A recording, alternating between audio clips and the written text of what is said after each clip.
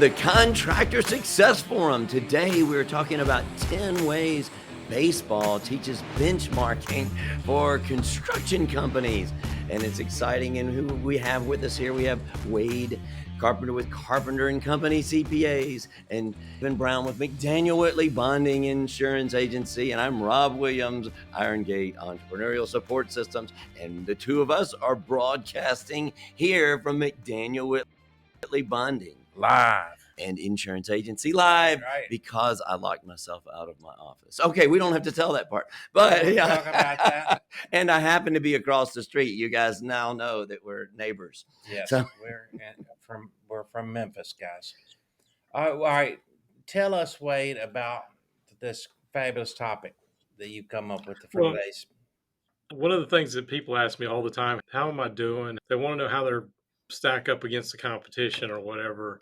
And it's something that I felt like we needed to talk about. And maybe I was going to do a little deeper dive at some point on this, but I started thinking about how can we compare this to what we're doing and how to make some strategy around what we're doing. And I came up with this 10 ways. And I think Rob and I were on the same page because we started also thinking about the movie Moneyball. Yeah, it's Brad Pitt thing and Moneyball. And I actually admit I haven't read the book. I need to read the book too. But a great follow-up to this is watch that movie. It's pretty good movie too, but it just blew my mind at how people can be looking at one thing for so long and not have the right facts. These baseball guys were recruiting on what they knew was right for decades and decades and decades because they were the owners. And if you looked at the numbers, those were not what was winning ball games. Right.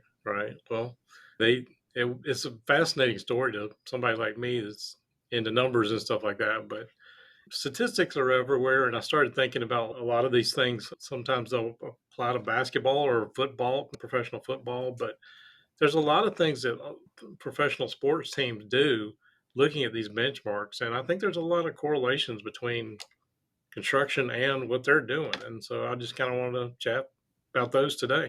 Well, all contractors want to hit a home run with the big change order, but go ahead. Okay. Well, the first one I wanted to throw out there was the statistics. I mean, there's statistics all throughout baseball. It's probably one of the heaviest in statistics out there. But benchmarking against a competitor or how the industry is doing is one of the common things, as already said. And you can take a look at it and look at the competition's strengths and weaknesses, but they want to know, are we building a healthy company? And so how do we do that? A lot of times you can't find the financial performance of your competitors, but there are some industry statistics we can talk about. Any of them y'all want to bring up, or I've got a few of them I want to throw out there. But Yeah, the first thing that pops into my head is the FMI group that produces industry-wide statistics for construction company. And then there's also bonding companies who I represent as a bonding agent, benchmarking key ratios. We've had some good talks about that in the past, how to analyze that and what that means. Yeah. That just reminded me, I was thinking about how you as the bonding company and Brad Pitt on the number side, I thought about how much you're like Brad Pitt. It And really so- just in looks more than anything. It really is. It probably is that Brad Pitt. They probably think you're Brad Pitt as we're watching this. Yeah, But well, you number guys. come on, you're you know? embarrassing me. I I'm know. a humble guy, but you're exactly right about that in the looks department. So what else? What else, Wade? Yeah. well, from other industry statistics, some of the common ones are like used to be the Robert Morris, I think it's Risk Management Association, that puts out statement studies every year, and the bankers compile these all over the country. They have some straight for construction, and then they have the ones in the back that are percentage of completion based, which are actually come from the CFMA, so Construction Financial Management Association, which I know you guys are familiar with. The CFMA actually publishes some great statistics, a little more in depth than what they give to, I don't know what they do to provide that to RMA, but there's also one called BizMiner that looks at what the tax returns show on these construction companies. And some of that is somewhat limited, but a lot of those are great ways to find some data just find out how you're doing. E&R magazine has every week the construction cost data for your area, southeast, northeast. Right. And just also, if you have specific trade organizations you're in, a lot of times they will pile their own statistics. So it depends on the type of construction you do, but there is resources out there to find this stuff. Yeah, I was just So thinking about what statistics would apply to my profession and how many contractors I've had that haven't defaulted on a bond, but that hasn't to do with my profession. Yeah. All hopefully right, that's well, not a let's dive into this, Wade. okay. Well, like I said, the number two, when we say game tape, that's very common in football. People review the game tape. But if you look in like professional baseball, they have scores of people behind the scenes looking at their competition, how they're doing, and is this pitcher how they're doing, or if they're in a slump, or those kind of things. Yeah, just the number of calls that the ump made wrong. That's a statistic. Yeah, No, seriously, there's the box. And every pitch that's out of that cube from a computer standpoint is how many missed calls the umpire has made. But you're right. It's like Monday morning quarterbacking, but better. You're going back and analyzing not only what your players did, but what the other team's done. Oh yeah, having that scoreboard up there, but a major statistic scoreboard, not just the scoreboard on the wall during the game, but those game tapes. well, thinking about it from the construction standpoint, it's very easy to.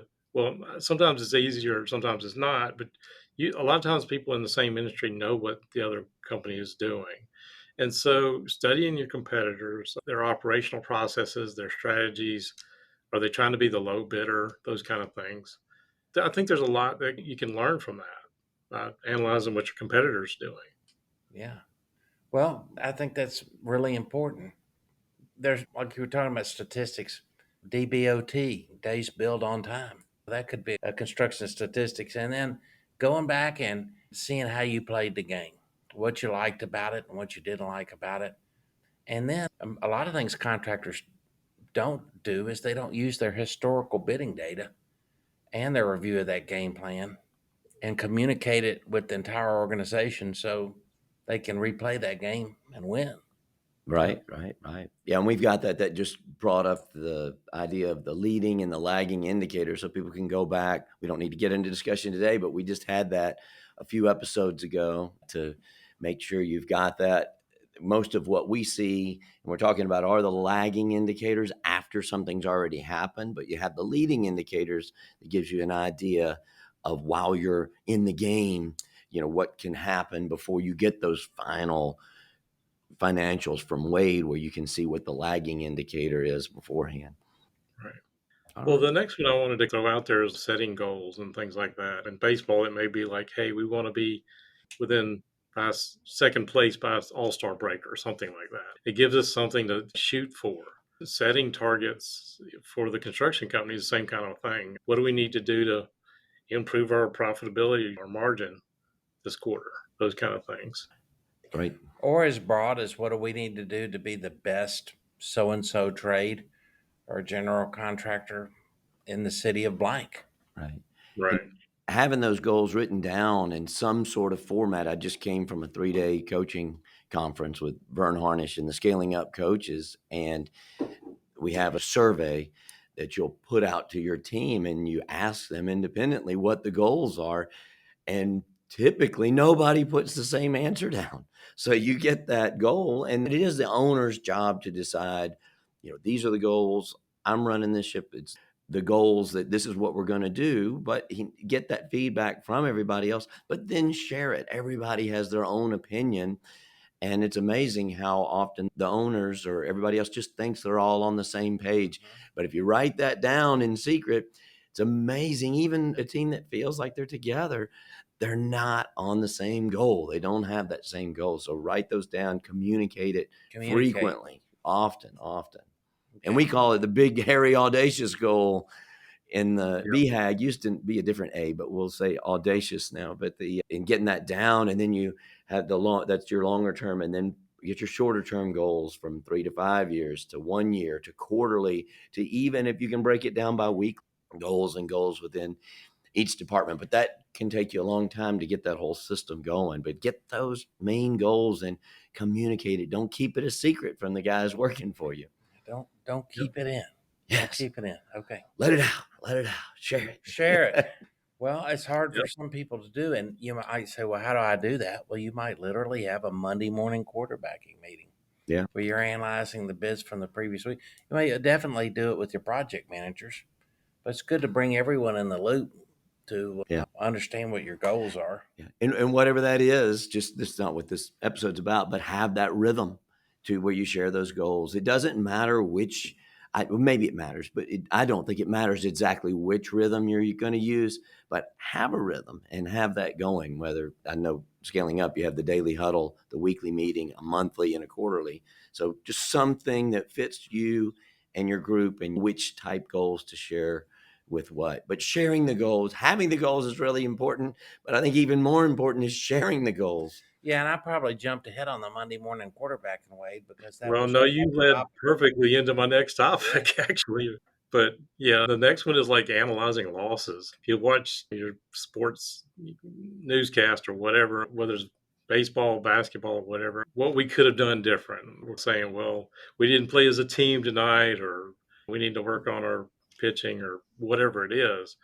Analyzing losses to improve future performance, that's something that we can all learn, and it translates to construction. Again, when you have a lost job, that's one of the more acute things. Hey, something's gone wrong here. And that's a perfect time to identify some areas for improvement, make changes to operations, strategies, so that these things don't happen again. Does that make sense? Mm-hmm. And I would say if you don't have a management team you want to do that with, feel free to do that with your bonding agent who always has a good ear.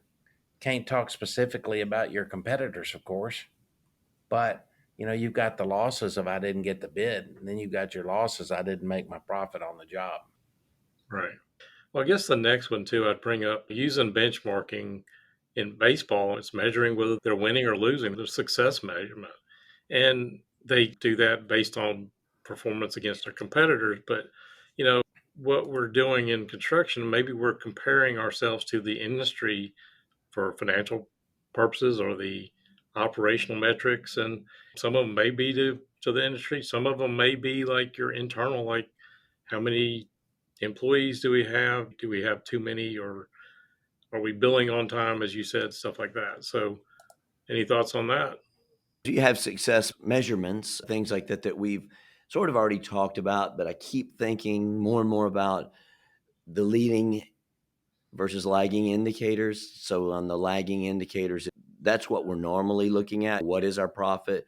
What is it? But what is something you can think of when we're looking at a success? What's a short-term success that we feel leads to that number that we really want? So finding those small successes with the leading, maybe it's some kind of daily activity or something that happens in the construction progress for the day, or the number of invoices you turn in. Just something that every company I've noticed has so many different things. There's some basic tenets that we all share as construction companies, but we all have those successes. Get those small successes, and they will build up to the large successes. And then be like the Moneyball game. Make sure those small leading indicators actually lead to that, because how many times have we had something that we think we're doing something right, and then boom, that lagging, that real reward at the end didn't happen, even though we thought we were doing things right from what we believed was the correct thing to do. So you got to go back and look at it again. Right. An unexpected cost. Oh, yeah. Okay. Unexpected delay, those lagging indicators like you were talking about, Rob. And what I was thinking about, Wade, is in baseball, you have different measuring statistics for different positions. You got the pitchers, batters, infield, Stolen outfield. base. Yeah, everybody's got their own statistics, and what we're seeing is construction companies you can measure what your goal statistics are for making your numbers, and then you might want to think about those statistics for each individual player. What kind of statistics would a project manager have?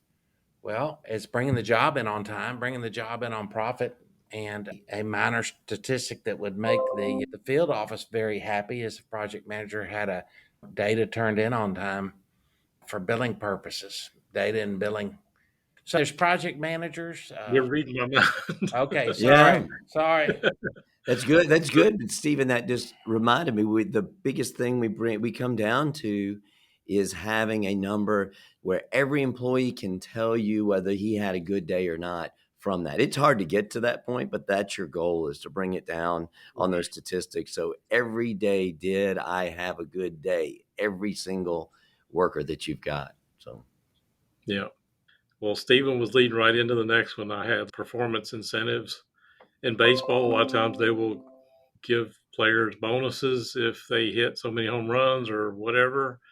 But, a lot of times in construction, exactly what Stephen was going into, it's like, well, sometimes there's bonuses if you bring the project in on time, but sometimes we can use these benchmarks to hold people accountable, because exactly what you said, or I don't know where you were going with it, but I've seen problems where project managers don't get their bills in on time, so they have to wait another month to get their cash flow.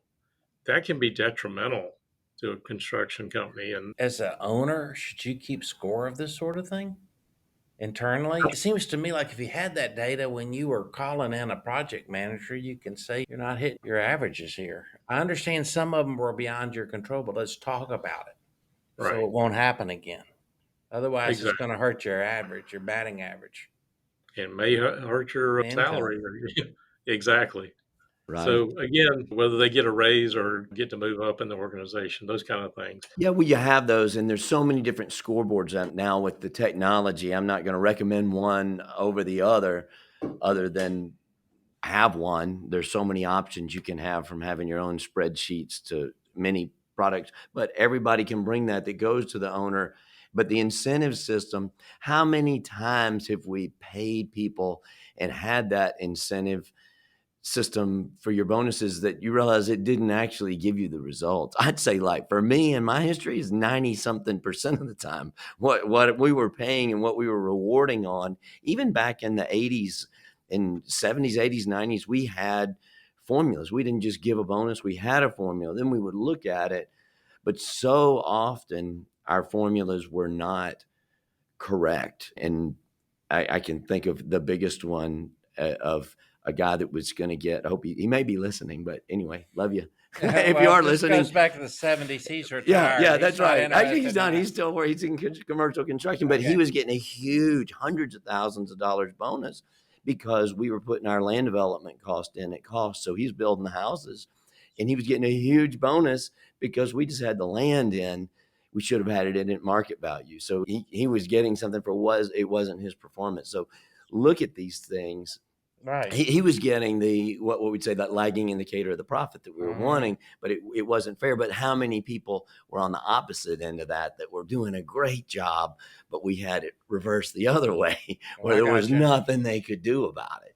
I got you. So work hard on this, and that's one way to lose your best employees too, is if you don't have those things set up right. So not that we want to encourage the bad thing, but be careful on these because they can backfire.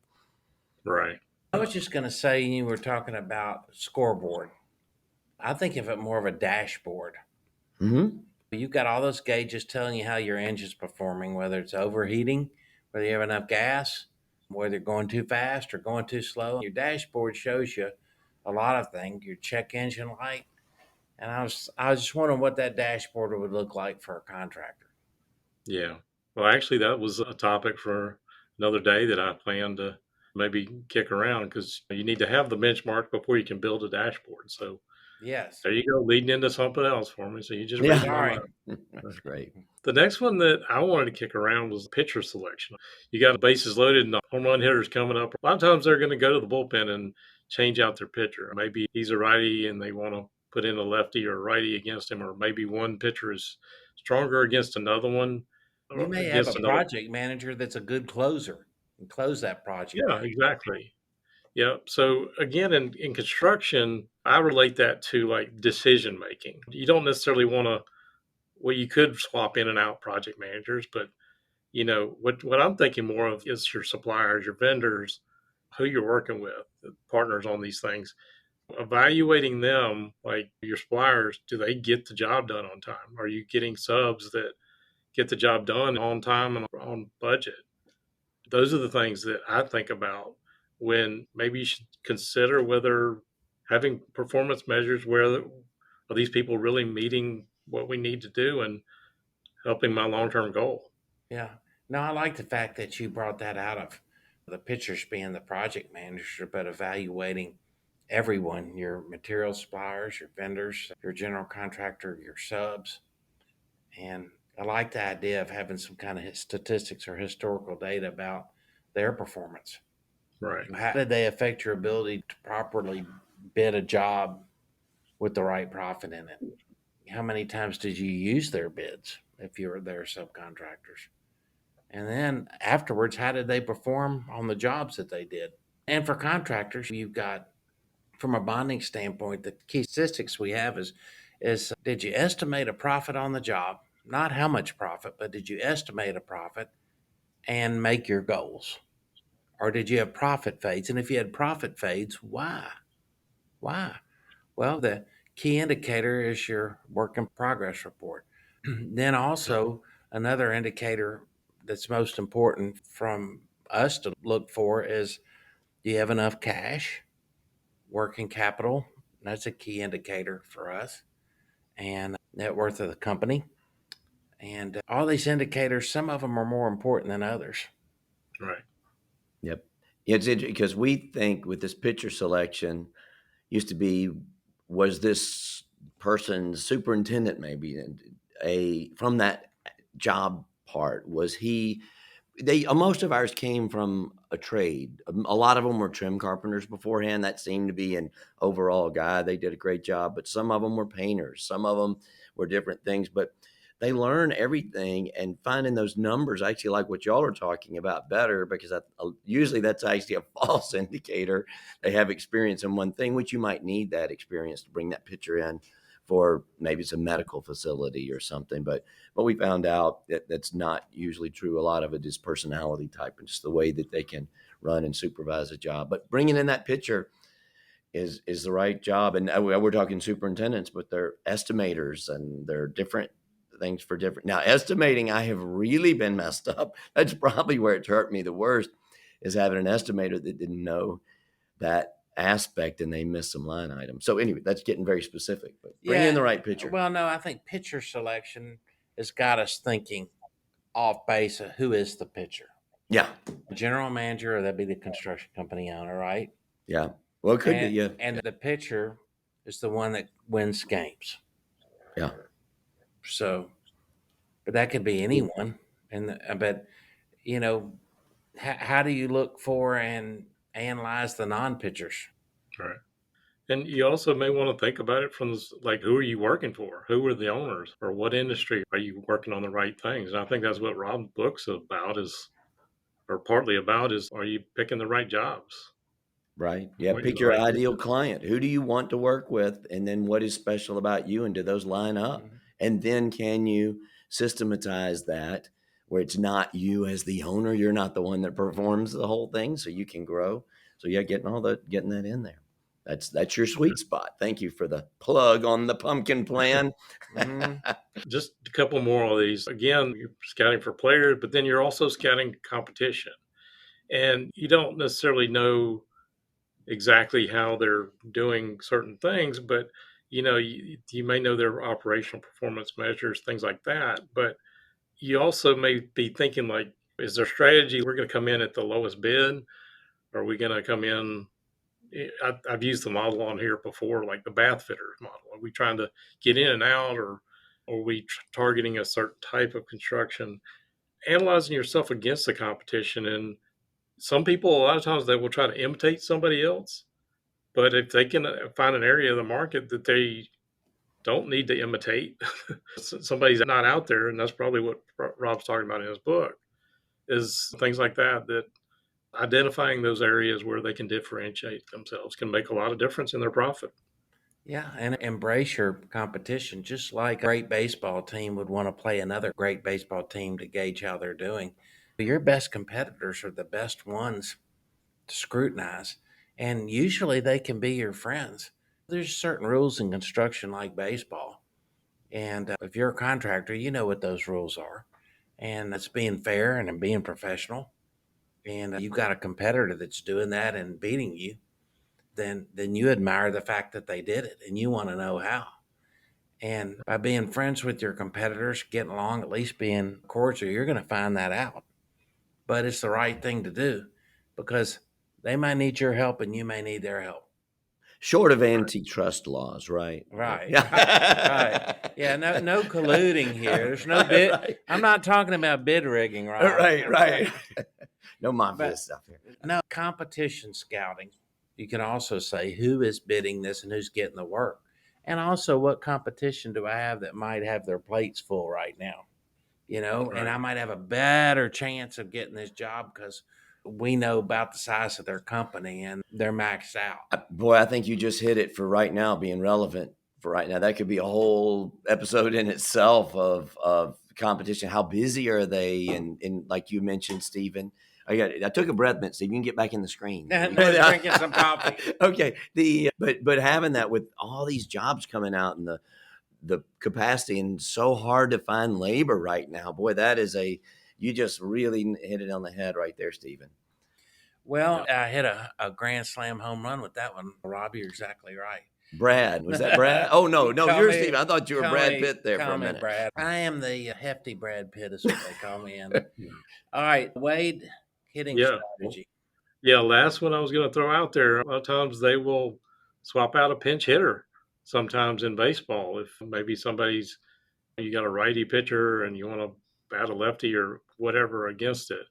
In construction, it's adjusting the strategies based on the strengths and weaknesses of your competitors. Maybe they're going in for the lowest price, but maybe you want to try to go the quality model as well.